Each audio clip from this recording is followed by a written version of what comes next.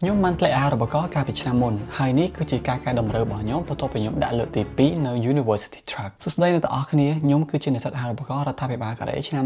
2025 University Track ហើយខ្ញុំធ្លាប់បានធ្លាក់អារបកកាលពីឆ្នាំមុននៅពេលដែលខ្ញុំដាក់ Embassy Track ហើយខ្ញុំជាប់ជាបេក្ខភាពដែលបំរុងក្រោយពេលដែលខ្ញុំសម្ភាសចប់តែខ្ញុំអត់យកលទ្ធផលមួយនឹងទេហើយខ្ញុំក៏សម្រេចចិត្តជ្រើសរើសការបោះបង់លទ្ធផលមួយនឹងដើម្បីខ្ញុំដាក់ពាក្យបណ្ដងទៀតនៅ University Track ហើយនេះគឺជាការកែតម្រូវរបស់ខ្ញុំពាក់ព័ន្ធជាមួយនឹង application របស់ខ្ញុំបន្ទាប់ពីខ្ញុំធ្លាក់នៅ Embassy ហើយខ្ញុំគិតថាវាអាចជាផ្នែកមួយដែលខ្ញុំចង់ឲ្យអ្នកទាំងអស់គ្នាយកទៅគិតពិចារណាទៅលើ application របស់អ្នកទាំងអស់គ្នាបើសិនបើអ្នកទាំងអស់គ្នាមានគម្រោងក្នុងការដាក់អាហារូបករណ៍រដ្ឋាភិបាលកូរ៉េទី1គឺឲ្យតែខ្ញុំកែប្រែគឺខ្ញុំផ្លាស់ប្ដូរជំនាញរបស់ខ្ញុំនៅពេលខ្ញុំដាក់ Embassy Track គឺខ្ញុំដាក់ជំនាញOrganic Chemistry ឬក៏គីមីសរីរាង្គចំណែកឯនៅពេលដែលខ្ញុំដាក់លើកទី2នៅ University Track គឺខ្ញុំដាក់ Chemistry Education ឬក៏គីមីអប់រំហើយបានខ្ញុំដូរជំនាញរបស់ខ្ញុំគឺដោយសារតែខ្ញុំមើលឃើញថាអីដែលខ្ញុំបានរៀនសូត្រកាលពីអតីតកាលអីដែលខ្ញុំបានធ្វើការ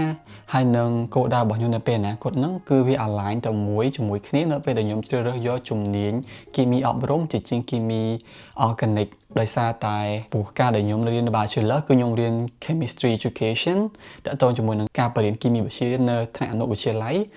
ហើយពេលខ្ញុំចេញធ្វើការខ្ញុំចេញជាគ្រូបរិញ្ញាបត្រហើយនៅពេលដែលខ្ញុំចប់ខ្ញុំចង់ក្លាយទៅជាគ្រូបរិញ្ញាបត្រដែរអញ្ចឹងបើសិនខ្ញុំជ្រើសរើសយក Organic Chemistry វារៀងខុសពីអីដែលនៅលើផ្លូវជាមួយគ្នាបន្តិចប៉ុន្តែមិនមែនន័យថាវាខុសទាំងស្រុងទេប៉ុន្តែដោយសារតែខ្ញុំអត់អាចរងចាំឲ្យខ្លួនឯងធ្លាក់ឬក៏មិនថាខ្ញុំអត់ចង់ឲ្យខ្លួនឯង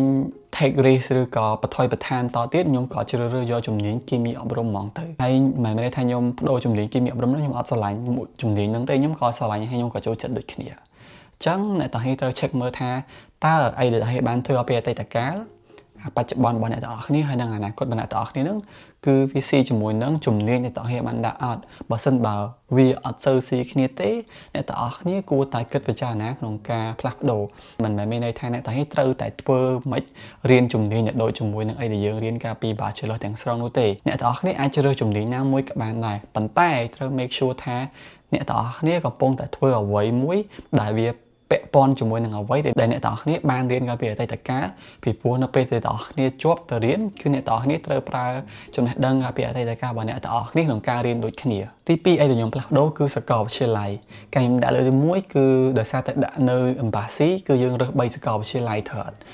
តែនៅពេលខ្ញុំដាក់នៅ University គឺខ្ញុំរើសតែមួយទេហើយមួយហ្នឹងគឺខ្ញុំអត់បានរើសនៅក្នុងចំណោម3ដែលខ្ញុំបានដាក់នៅ Embassy ទេដោយសារតែខ្ញុំគិតថាខ្ញុំអាយុរៀងច្រើនហើយខ្ញុំអត់ចង់ឲ្យខ្លួនឯងបន្ថយបន្ថានតទៀតអញ្ចឹងខ្ញុំក៏ជ្រើសរើសយកសាកលវិទ្យាល័យមួយនៅក្នុងខេត្តមួយដែលនៅជាប់ជាមួយនឹងសូលដែរ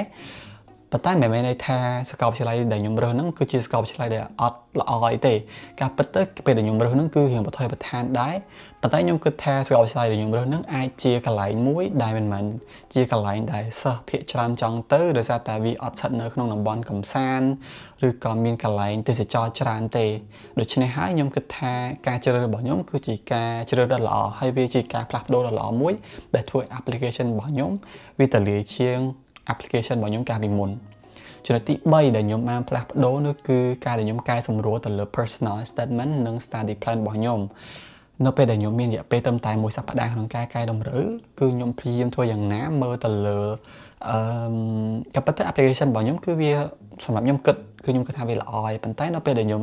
ផ្លាស់ប្ដូរវាគឺខ្ញុំព្យាយាមកែទៅលើ study plan របស់ខ្ញុំធ្វើយ៉ាងណាឲ្យវាមើលទៅ make sense មើលទៅវា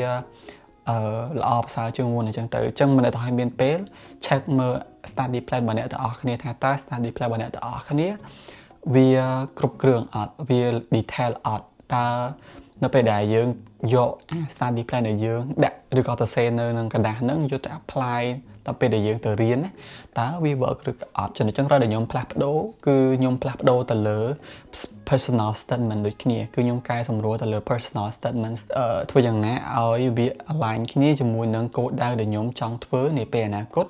អ្វីដែលខ្ញុំកំពុងធ្វើនៅពេលបច្ចុប្បន្នហើយនិងអ្វីដែលខ្ញុំបានធ្វើកាលពីអតីតកាលដូចគ្នាហើយជារួមមកវិញខ្ញុំក៏បាន ធ្វើយ៉ាងណាកែតម្រូវរៀបចំឯកសាររបស់ខ្ញុំកុំឲ្យមានកំហុសសូម្បីតែចុងកញ្ចក់ព្យាយាមទៅសេឡាបលបិទនៅលើកណ្ដាលការមើលឯកសារ checklist ម្ដងហើយម្ដងទៀតធ្វើយ៉ាងណាកុំឲ្យមានខ្វះឬក៏លើសឬក៏មានបញ្ហាដោយអចេតនាណាមួយនៅក្នុង application របស់យើងអញ្ចឹងខ្ញុំចង់អ្នកទាំងអស់គ្នាធ្វើយ៉ាងណាកុំឲ្យបង្កើតកំហុសនៅក្នុងការរៀបចំឯកសាររបស់យើងរបៀបថាយើងរៀបចំឯកសារអីអស់ហ្នឹងរាប់ខែហើយបែរជាមកត្រូវ rush មកពេលហ្នឹងធ្វើឲ្យ application របស់យើងមានកំហុសតែបន្តិចហើយគេដករបស់យើងចេញគឺវាពិតជាអត់ worth it ទេគឺស្ដាយមែនតើអញ្ចឹងធ្វើយ៉ាងណាពេលចុងក្រោយហ្នឹងរៀបចំឯកសាររបស់យើងឲ្យបាន perfect មិនបាច់អត់មានលំទេគឺត្រូវតែ perfect ហើយចាំផ្ញើឲ្យគេអញ្ចឹងខ្ញុំមានតែប៉ុណ្្នឹងឲ្យខ្ញុំបានឆ្លងកាត់ហើយជួបគ្នាវីដេអូក្រោយមានចម្ងាយ comment នឹងក្រោមបានអ្នកទាំងអស់ជួយ subscribe YouTube ជាមួយផងហើយបើអ្នកទាំងអស់គ្នាចង់មើលវីដេអូរបស់ខ្ញុំផ្សេងទៀតពិបាករកមើលក្នុង Facebook ឬក៏ TikTok ដោយសារភាគច្រើនគ្នាយើងមើលខ្ញុំនៅតាមរយៈ Facebook ច្រើនតែអ្នកទាំងអស់គ្នាអាចចូលទៅ YouTube ព្រោះវីដេអូខ្ញុំទាំងអស់គឺផុសនៅ YouTube ទាំងអស់ហើយវាធ្វើអ្នកទាំងអស់ស្រួលក្នុងការមើលជាងមើលនៅក្នុងឬក៏រកនៅក្នុង Facebook ឬក៏ TikTok អញ្ចឹងជួបគ្នាវីដេអូក្រោយបាយ